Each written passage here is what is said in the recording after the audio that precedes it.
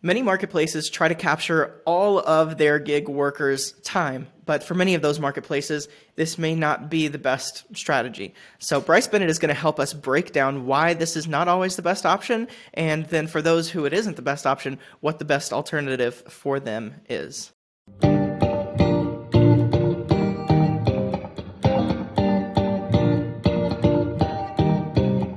Bryce is the CEO and co-founder of Solo, and he's got a lot of experience and a lot of skin in the game. That's what I'm trying. Yeah. I've been in the gig economy or app-based marketplaces now for 10 plus years. Yeah. Yeah, from Uber 2012 to 2017, and then leading the supply side of Convoy, and now at Solo. So this is a topic and a world that you live and breathe. So I'm glad that you were willing to join on the podcast. And so I think the first question, just to get right into the meat of it, is why is it a problem for many? Why are marketplaces so focused on trying to capture all of their gig workers' time? Yeah, Brooks, thanks for having me on. Appreciate the intro. Excited to talk to you about this today. And like I mentioned, I've been part of app-based marketplaces now between ride sharing, trucking, and now it's Solo, where we provide software for workers to manage and optimize their finances in the app-based economy. Been a part of this for 10 years. And I think one of the big things that's changed in the past few years, for especially if you're on, if you're at Instacart or if you're at DoorDash or Amazon Flex, there's so many different, options now for you, is that, there's this thought that like we're going to capture the worker. We're going to capture the entirety of that worker, kind of almost employment style, right? Right. And the reality is that these people are, that are working in these jobs do it for the flexibility primarily. And so trying to kind of like capture a worker entirely who wants that flexibility, one is a problem, but then two, these marketplaces, right, have peaks and troughs. Everyone knows there's times when Uber's, much busier, more expensive. Food delivery, right? It's busy around meal times, grocery around major holidays, Amazon Flex coming up for the holidays over the next month. And so your earnings for these workers, is a series of peaks and troughs. And so, ultimately, our viewpoint on it is it's not the best strategy to try to capture the entirety of the worker, because you're probably going to end up in them getting frustrated with those peaks and troughs and churning off your platform, right? Because they're looking for, yes, flexibility in their time, but stability as much as they can get in their pay. And so that's why we talk to the worker side primarily today, but also the company side, and recommend to workers that you should build up access to a lot of these different jobs so that you build a portfolio and you can kind of ride the peak of those different job platforms, different times of the day in your city, which we help you do with Solo's technology. And then on the company side, really focus on focus in on the time that you can target with the right, incentive or benefit to that worker to get them on when you truly need them during those peak demand times, versus trying to grab them for the entirety of your marketplace kind of cycle, because you're going to end up with some unhappy workers. And that's what we saw at Uber, when I was there from 2012 to 2017. So what I'm hearing is this is mostly a problem for marketplaces who can't offer the extent of what a gig worker wants at all times, right? So there are marketplaces who, when a gig worker is looking for their peak pay, or the pay that they promise at the beginning when you sign up to work on their app, you don't get that pay from, in non-peak hours, but you're trying to capture all of that gig workers' time based on the promise that you made in the beginning. So for many marketplaces, it's like be content getting the work that you need in the times that you need it. So that kind of gives me an idea of who should not be doing this as well. Who is right to be trying to get all of their gig workers' time? Is there anyone that should be doing that? No, it's a good question. I think the reality is, right, it's not a full-time job. It's a marketplace, right, with ultimately good times to work and bad times to work. And if you look at ride sharing, right, ride sharing is, today probably has the highest absolute earnings in terms of Friday and Saturday nights or airport trips, et cetera, for workers are extremely lucrative, sometimes 30, 40 bucks an hour. But the cold reality is Tuesday afternoons are about, maybe 10, 12 bucks an hour in a lot of cities, right? And it's a very dramatic switchover. And so they're probably the most regular in terms of demand. And even then they have a ton of volatility. If you're Instacart or Shipped, right, you have open hours at your grocery stores that, you can't do much about. So before 7 a.m. and after 10 p.m., that you just don't offer any jobs, period. And then, same thing with you get over to food delivery. Food delivery is pretty quiet overnight, early mornings. It's really around lunchtime, evenings, late night. And so it's really hard for any one of these companies to truly say, like, hey, we're the one-stop shop for you. Uber obviously has Uber and Uber Eats, so you can do a little bit of cross-platform and get that. But ultimately, our kind of message to the company side is like get access to as many workers as possible, but then, understand that the market's very fragmented for labor right now, and you're competing for a piece of that time, not the entirety of it. Yeah, it all comes from this reality that the gig economy didn't exist, or at least didn't exist in the way that it does today, just a very short time ago. And then Yeah. now you have to get used to as a marketplace that you have a lot of competition in Yeah. every part of the day. As gig workers are piecing together how they want to do their work, they are weighing out what options, not just overall. Like I'm not just going to commit to this one platform overall, but what options, how do I want to piece together my work plan for many of them if they're committed fully to gig work. That's right. Yeah, it's a very different world than it was even 5, 6 years ago. If you think about, think it back to 2015, 2020, or 2015, 2016, I should say, it was really kind of like Uber and Lyft. That was kind of like your two options if you were doing kind of flexible app-based work. You had a few others around. DoorDash was around, Grubhub was around, but like it wasn't at the same peak as it was today. Uh, Fast forward 4 years, the pandemic happens. Suddenly, ride sharing goes off a cliff. Event services, hospitality, all like, completely disappears. And now you saw this influx of demand from the marketplaces for things, everything to be delivered to someone's home, right? Everything from food to packages to groceries, you name it. And you saw this kind of flattening or fragmentation of the workforce suddenly. And that's what's giving people, what's great about that, not that the pandemic was a bad thing overall. What's great though for the worker coming out of that is that you now have way more options, way more competitive work options for you in most cities, and that what that does, it puts you as the worker in more of a position of power in these marketplaces because now you have options, right? And they've got to compete for you, and that ultimately what we've seen has led to increasingly stable but also higher peak rates. As companies are like, look, we really need you on DoorDash. We really need you on Ship's platform, Amazon, et cetera. So it's really changed the dynamic, and workers are actually in one of the better positions they've been in, I think, in this space since the gig economy kind of was, quote unquote, created, 10 or so years ago. So really it comes down to, as a marketplace, two things to me. One is you have to understand your data and your app really well to know exactly what you need and to go after exactly what you need. And so don't just take everyone else's goals and make them your goals, right? To actually understand what is the right goals for me to be pursuing and to be keeping a finger on the pulse of how I'm accomplishing those goals. And then the other is, and ideologically, the marketplace that's going to win is the marketplace that believes strongly in the priority of the gig worker and in serving gig workers well. And I think that gig workers, especially in a competitive market, and those gig workers who are committed to gig work entirely, are going to notice how committed you are and how much you prioritize them and care about their time. So Yeah, absolutely. that's really good. It's from that, before we move to some practical areas of what marketplaces can do.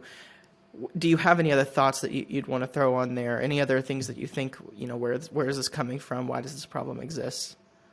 Yeah, I think it's been really interesting because there's been a lot of volatility in all of these companies. As much as Uber and Lyft tanked during the pandemic, they're back. As much as Instacart and Shipt, rose during the pandemic, they've started to trail off a little bit. And so what you're seeing is, I think just as any part of the economy right now, a lot of like, kind of ups and downs, volatility peaks and troughs really quick. I think but despite all those issues and challenges, what's really interesting is you continue to see millions and millions of workers pursue this kind of job because of that time flexibility. And so I think the more you can offer, if you're on the marketplace side, time flexibility, but alongside transparency in terms of earnings and ultimately ways to build a stable income that you can count on, right? Those are the companies that are going to win, in this space. And that plays out at the city level, right? It plays out at the regional level. Every marketplace is a little bit different. But when we talk and work with, the people who are on the solo platform, now over 50,000 of them, right? That's what we talk a lot about. Is they don't want anyone setting their schedule for them, but at the same time they're like, I do want to know what I'm going to make, and that's kind of the two kind of conflicting at times for the company side. How they can address both those things when they're out there trying to build up their supply. Yeah, I love the concept of transparency you mentioned there. It reminds me of a conversation we had on this podcast with Chris Heffernan about transparency with gig workers. Hmm. Yeah, He's a CEO at Delivered, and I just yeah. remember him saying, because it really stuck with me. He was like, "So you promise this huge amount of money per hour?" And he's like, "What do you give that once a week, like for 1 hour once a week?"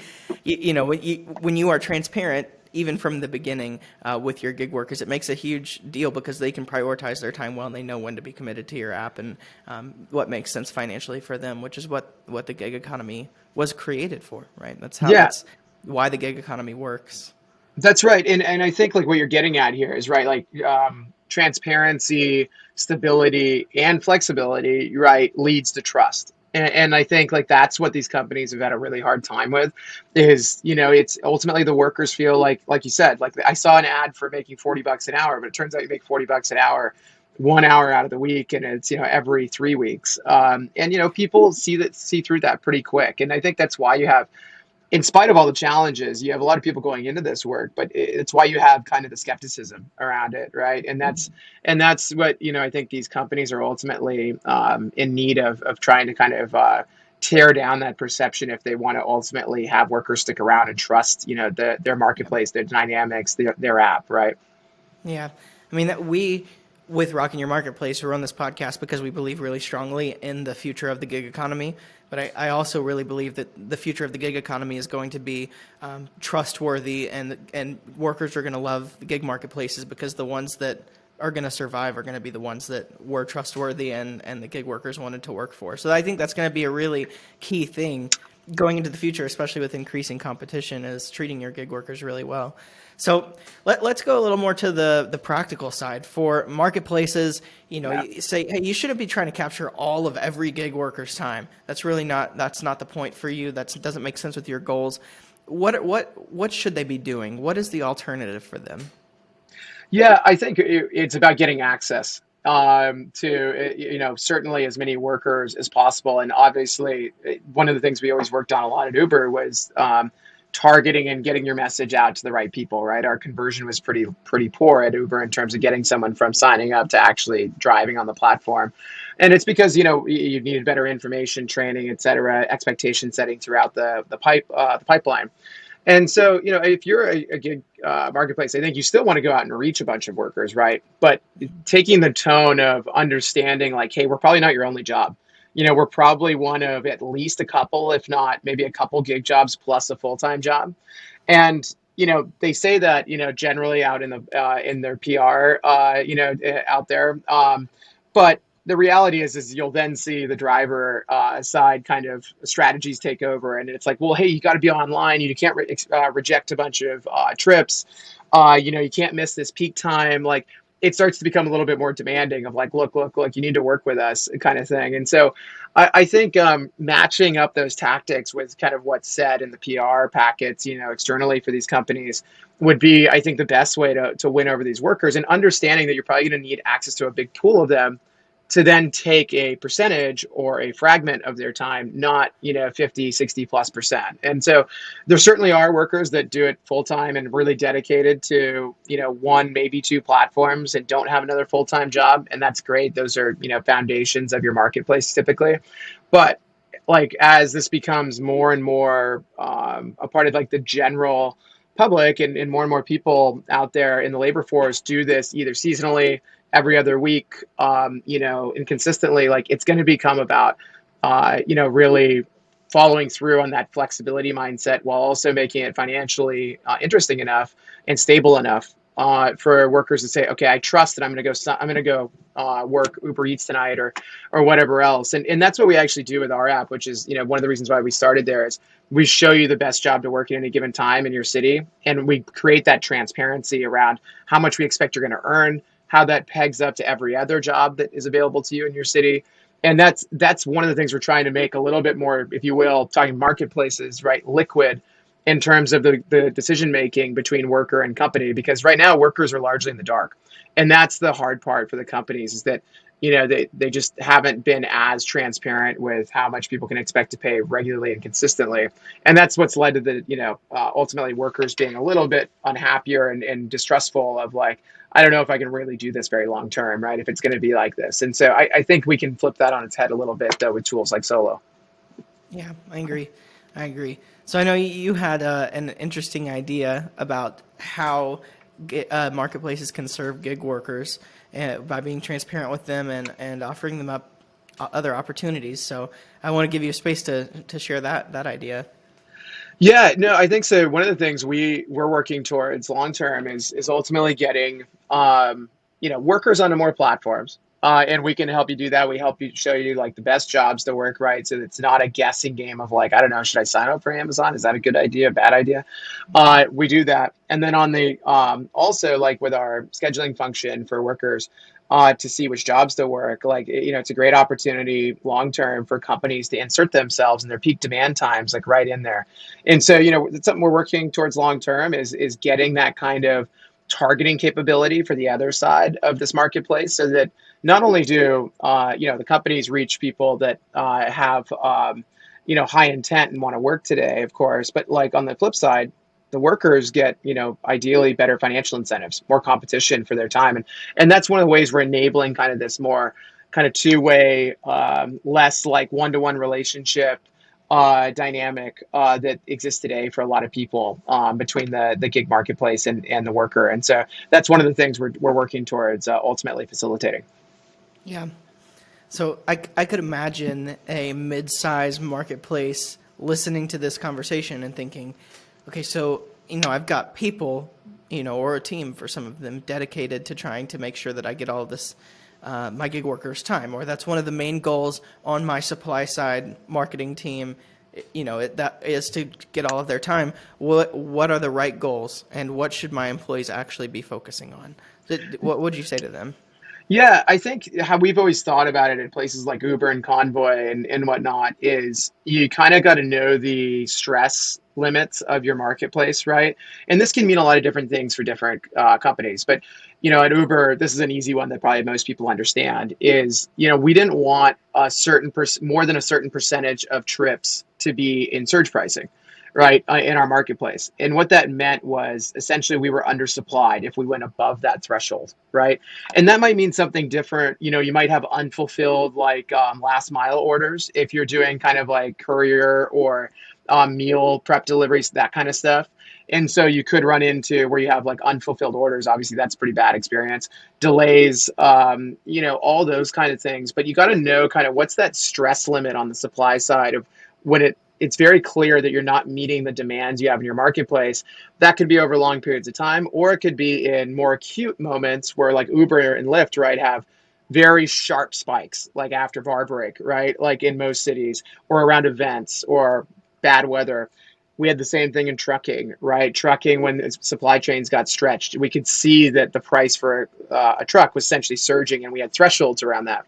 And so I think if you're on the supply team of one of these, inside one of these companies, it's not only, of course, thinking about how do you reach workers, get their, supply hours or trips or shifts committed to you at the right times, but then measuring on the stress limit side of the marketplace, how stressed is the marketplace? How much further do we need to go on the supply side to ensure that we're not missing orders, we're not surging trips, et cetera, which creates a bad experience on the demand side. That's great. That's great. So before we wrap up, one just kind of random question to throw out there. Yeah. This unrelated to this topic. I love to get these kind of thoughts out here. So, what is your favorite piece of advice to give to other marketplace leaders? What comes to mind? Yeah, for me, it's know your North Star metrics. And what I mean, that sounds so like, OKR-ish, I guess, but like in basic. But what I mean by that is marketplaces they inherently have trade-offs, right? Like you can rarely say, everyone's the customer in a marketplace. You kind of have to double down and focus on optimizing for one output. And that could be, in the early parts of marketplaces, that's usually growth, right? Growing transactions, increasing density or liquidity, right? over time, that tends to evolve into pricing optimization, and it tends to evolve into margin output, right, on a per transaction level or whatever it might be. And what I've seen is that marketplaces sometimes have a hard time of evolving and saying, once they get to kind of a more mature state, they say, well, we want everything. We want to grow and we want to price, so that we're going to take a big profit, which slows growth. Typically, it's at odds with each other, right? And so what I would say to someone is, ultimately you got to know when you become that more mature marketplace, you're past the growth stage. What is it that you're optimizing for? Is it density in a geography like we were doing at Uber? So we've dropped prices, we've loaded up on supply, and we just tried to drive density in cities, right? Or is it, hey, you have a thinner trucking lane like we did at Convoy from time to time, and it was about, hey, we're not going to try to drive too many transactions here. We're going to try to drive enough transactions at a 15% margin or whatever it was. And so you kind of need to know, like, what's the priority in your marketplace, because if you try to do all of them, you're going to end up likely coming up short on gross, on pricing or revenue, margin, right? Like density, all those things kind of like push against each other typically. And so if you're not, super honed in on what's priority one, and then here's kind of like the lower bounds or thresholds we're willing to go to on these other priorities, you're going to end up kind of scattering yourself and ultimately developing a weaker marketplace long term is what I've seen. And so that's what I would recommend to anyone who's like thinking about either mid stage or late stage marketplace, like how you make that transition. I love that. Thank you so much. Thanks for sharing that. That was a really good advice there. I'm really grateful you brought that. So Yeah, in the show notes, we're going to have links. We're going to have links to your LinkedIn profile, your company's LinkedIn profile. I just wanted to make sure there's nothing else you wanted me to add there, or any other plugs you want to make here. no, I mean, if you're listening to this on the gig company side or app-based company side, we're looking forward to working with those groups over the course of the next year here. We think there's a lot of opportunity to help you out. And if you happen to be someone doing gig work, we built a lot of software and technology and increasing number of financial tools for you. And you can find us in the App Store under Solo. And so I really appreciate the opportunity to come on and share a bit more about what we're doing. Marketplaces, our thoughts there, and we're looking forward to helping both sides in this space long term. Awesome. If you're a marketplace leader, we'll have a link in the show notes to learn more about Solo and what it could do for you if you partnered with them in your marketplace.